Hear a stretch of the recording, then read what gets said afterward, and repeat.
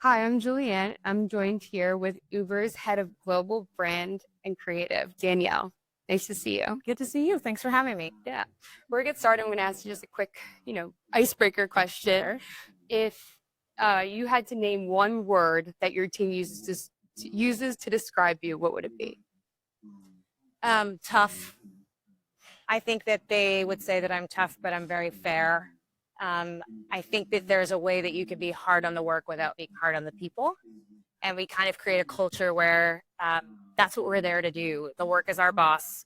We need to be objective about the work. We need to interrogate it from all angles and make sure that we're pouring our hearts and souls into it. So I'm very hard on craft. I like very detailed work. I want to exhaust all the possibilities, but I also will never abandon the team. If they need me to help them or if they don't nail it and I need to rescue it overnight, I know that that's my job. So I think they know that I'm tough, but that I've got their backs.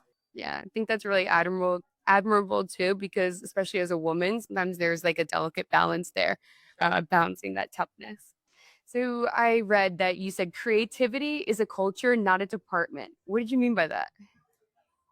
Whenever you go in-house at a brand, especially a brand that isn't creative at their core, I think about Airbnb or Pinterest or Canva, where creativity is what they do, it's what they're selling.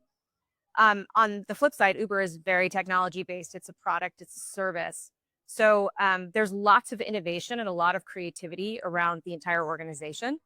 We just happen to be the people that only do what we do. That innovation becomes a messaging strategy, and our job is to help people understand the products, but also love the products and love the brand. So what we try and do is we have a vision and a mantra called "Against all odds, inspire."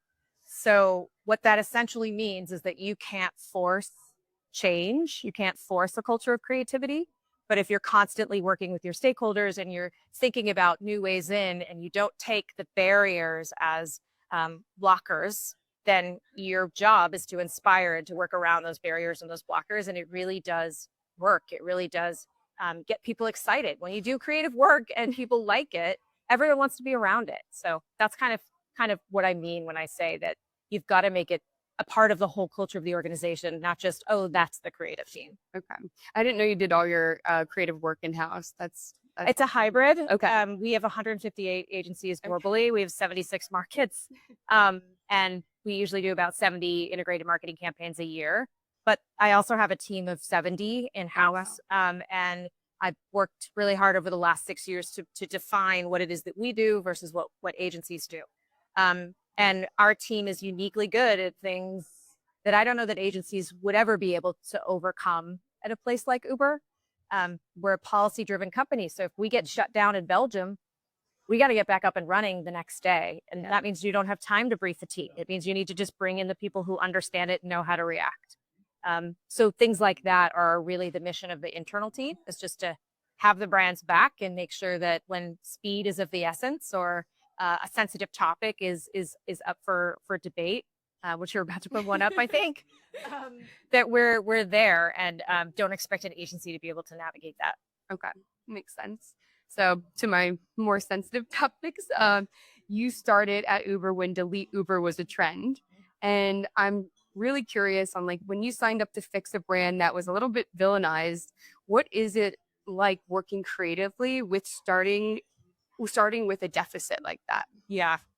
Well, I actually loved that challenge. I think that, what's great about coming to Uber is that it was massively globally scaled, right? But the brand was completely unwritten. So usually it's like you can go to a startup and you can write the brand, but you don't have the scale. Or you can go to a large corporation with the scale, but the brand is written. So I loved that challenge. And I think that anytime you have a product that people really love and a brand they don't, there's always a way in. Yeah. And we had to approach it with a lot of care and a lot of intentionality.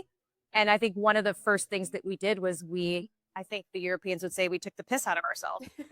We really just became a down to earth, self-deprecating brand. And a lot of our early advertising, especially with Uber Eats, was about that. Awesome. That's like I really like to hear that because I'd also love that challenge. Yeah. Yeah. And a little bit more about like the brand and when you started, you made the reliability of the car arrives, and you made it feel like an emotion to me. Yeah. It, once dependability is an emotion, doesn't one bad ride maybe become a broken promise instead of a late car? Like, what happens when your own strategy kind of, rises against you? Yeah. Well, I think that it's actually really interesting because when I first started, there were these stories about how Uber Eats, it was like a laptop in the creative department. And if you closed it, it shut down Uber Eats. I mean, that was how small Uber Eats was as a part of the business. And then, of course, COVID happened and it became 50% of the business. And then what you had was a business that was running much faster than the brand. So Uber Eats went this way and rides went this way. And we sort of said, like, well, what does Uber with a capital U really mean? What do we stand for as a brand, regardless of the line of business? And there is nothing, we're 90%, we're on time every time, both in rides and in delivery. So we really could claim reliability. But as you said, it was about finding the emotion under the hood of reliability. And when we did our research, we really found that people felt like they were having a harder time in their lives being reliable to the people they cared about. And we were really looking at the experience of the apps to see if we could find commonality. And one of the push notifications that happens in both the Eats app and the Rides app is a phrase called "on our way." Yeah. And that was when we were like, that's the consumer facing language. We are on our way to support you. But what is the DNA under that? And we really think that we show up so that you can show up. It's never about a ride to the airport. It's about a ride to your trip to Italy. It's never about a hamburger. It's like an armistice in your family's, like, complete war over what we're having for dinner. So that it doesn't have to be very heavy or serious, but that idea of being able to show up for people is core to the brand. Yeah, I mean, I just got chills thinking about that. I grew up with Uber and traveling a lot, and it always is like, hey, if I don't want to get in this taxi with somebody, like, this person's gonna take me, and I can always count on the app. It's always something that I've relied on. Yeah, there's lots of safety features built into the app that I don't think that people recognize so much. You can share your trip. You can order women preferences. Yeah, so I do that. There's lots of innovations and things that we've done to make people feel even more like they could rely on us. But I think to come around to your question of, when you build a brand that people start to like and love, you have an emotional bank. So hopefully one bad ride or one missed order doesn't tank your entire relationship. I think it's when you're still climbing up and you don't have that foundation that something like reliability can really tank everything. I mean, I was so excited to talk to you because it's a brand that I do love. Yeah, that's great. Love So my last question: Uber's spending millions right now to work with cars that do not have a driver, but your brand's warmth is the driver. Yep. The human that shows up, or the human that shows up to deliver that food. Soon, or maybe now, your job is to really help make people feel comfortable with the human gone. Can you tell me a little bit more about that, or how you're working with the automating workforce away? Yeah, I think it's really astute that you recognize the sort of dichotomy of what we're dealing with, because we are the disruptor. We disrupted the taxi industry, and now there's a massive leap happening in technology with autonomous vehicles, and we have to be the brand that ushers us into that next phase. But at the same time, we have 10 million drivers on the platform that are just wondering what exactly is going to happen to their jobs. And it's twofold. It's about operations. It's about finding different ways that they can earn. So autonomous vehicles don't run on their own. They have fleet managers. They have people who clean the cars. They have people who work on pricing. There's a lot of humanity that actually happens in robots that people forget about. So there's a lot of more tasks and things that earners can, or drivers and couriers can ultimately earn on the platform. But it's also about, we do believe that AVs will be safe, very, very safe. That said, the technology is not quite there yet. And we want to be partners to many different autonomous vehicle providers so that we can help them offer our technology. We have unprecedented matching. We built the tech stack that is actually going to fuel the AV future. Just like, 4 years ago, when nobody understood that there was an Uber Eats and a Lyft a DoorDash and a Lyft inside one company. That was a narrative that we had to control. I think the idea that you can have Waymo and Cruise and Zoox and other autonomous vehicles and players in the market in one app.